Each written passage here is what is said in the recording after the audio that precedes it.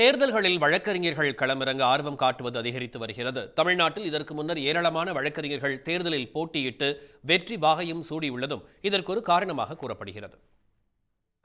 2024 நாடாளுமன்ற தேர்தலுக்கு விரைவில் தேர்தல் தேதி அறிவிக்கப்பட உள்ள நிலையில் தொகுதி பங்கீடு, வேட்பாளர்கள் தேர்வு என கட்சிகள் தேர்தல் பணிகளில் தீவிரம் காட்டி வருகின்றன. திரைப்பிரபலங்கள், மருத்துவர்கள், வணிகர்கள் வரிசையில் வழக்கறிஞர்களும் நாடாளுமன்றத்தில் கால் பதிக்க ஆசைப்பட்டு விருப்ப மனுக்களை தாக்கல் செய்துள்ளனர். இதனை கருத்தில் கொண்டுள்ள தமிழ்நாடு புதுச்சேரி பார் கவுன்சில் தங்களது உறுப்பினர்களுக்கு அதிக பிரதிநிதித்துவம் அளிக்க வேண்டும் என கட்சிகளை வலியுறுத்தியுள்ளது.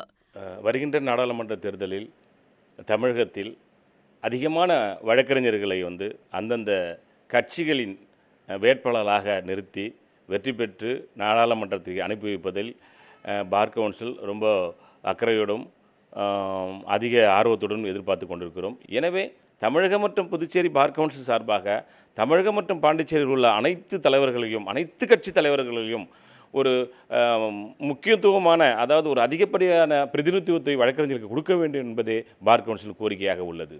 மக்களவை, மாநிலங்களவை, சட்டப்பேரவை தேர்தல்களில் வழக்கறிஞர்களுக்கு பிரதிநிதித்துவம் அளிப்பதில் எப்போதுமே திமுக முன்னிலையில் உள்ளது. தற்போது எம்பிக்களாக இருக்கும் பி. வில்சன், என்.ஆர். இளங்கோ, ரா. கிரிராஜன் ஆகியோரே இதற்கு சாட்சி.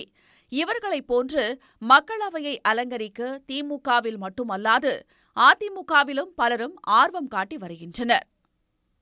அதாவது வழக்கறிஞர்களுக்கு அதிக முக்கியத்துவம் தரக்கூடிய நிலையில் இன்றைக்கு வழக்கறிஞர்களுடைய பணிகள் திராவிட முன்னேற்ற கழகத்தில் சமீப காலமாக அதிகரித்து கொண்டிருக்கக்கூடிய காரணத்தினால் தலைவர் வழக்கறிஞர்களுக்கு அதிக வாய்ப்புகளை கொடுப்பார்.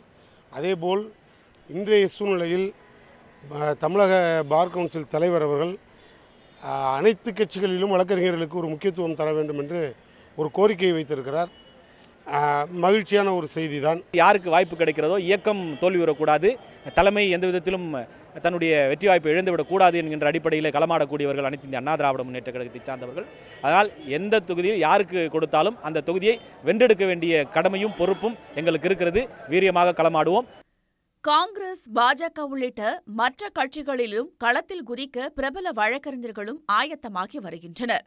சன் செய்திகளுக்காக டி. ரமேஷ்குமார். உடனுக்குடன் செய்திகளை தெரிந்து கொள்ள சன் நியூஸ் பெல் ஐகானை கிளிக் பண்ணுங்க.